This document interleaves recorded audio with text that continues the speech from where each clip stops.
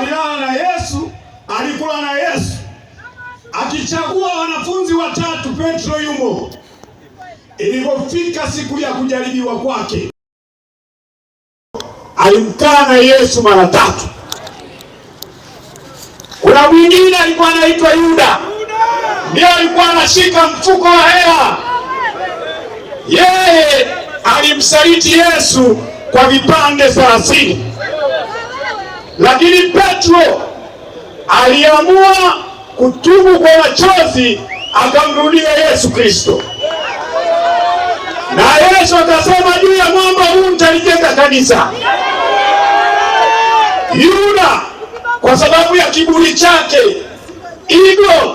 akaamua kuchukua kamba akajinyonga. Mimi nimekataa kujinyonga, nimechukua njia ya Petro. Wanailinga, narudia tena, naomba mnisamehe.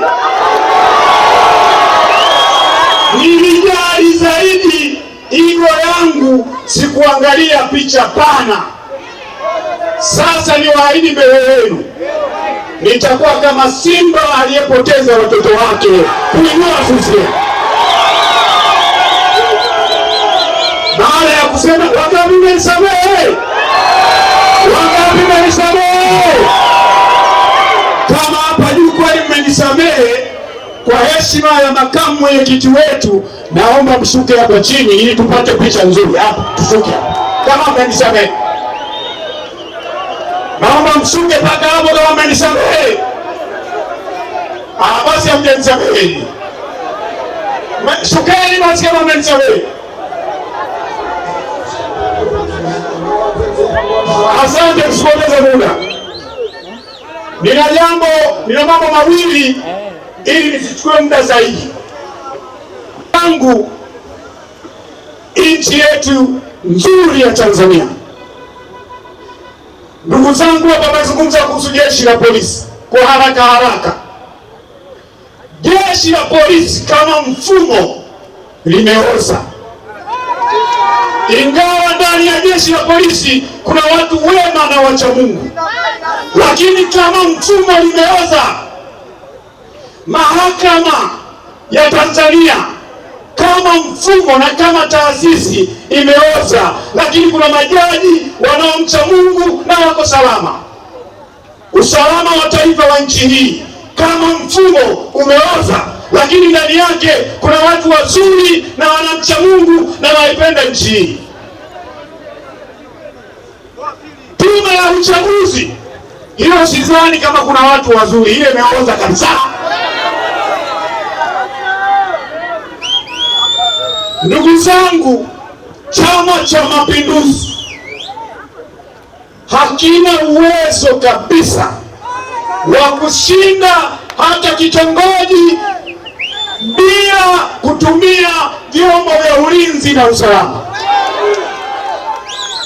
Kwa hiyo vyama vya upinzani hususan Chadema inapambana na dola.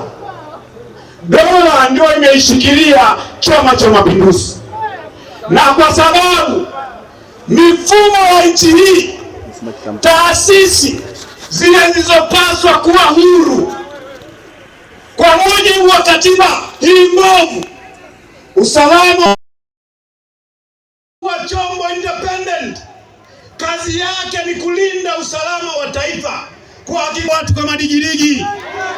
Mimi dhamira yangu ilinisuta, na kabla sijasahau yale mauaji yalivyotokea, mtoto wangu wa kiume Unaweza ukawa umefika Iringa mara kadha wa kadha na ukawa unatafuta mahali ambapo unahisi moyo wako unaweza ukasikia vizuri zaidi. Sasa hapa Iringa mjini ukifika mkabala na stendi kuu ya mabasi ya zamani, utakutana na jengo refu. Hilo jengo si mahali pengine popote, hapo ni Lumilo Classic Hotel and Tours.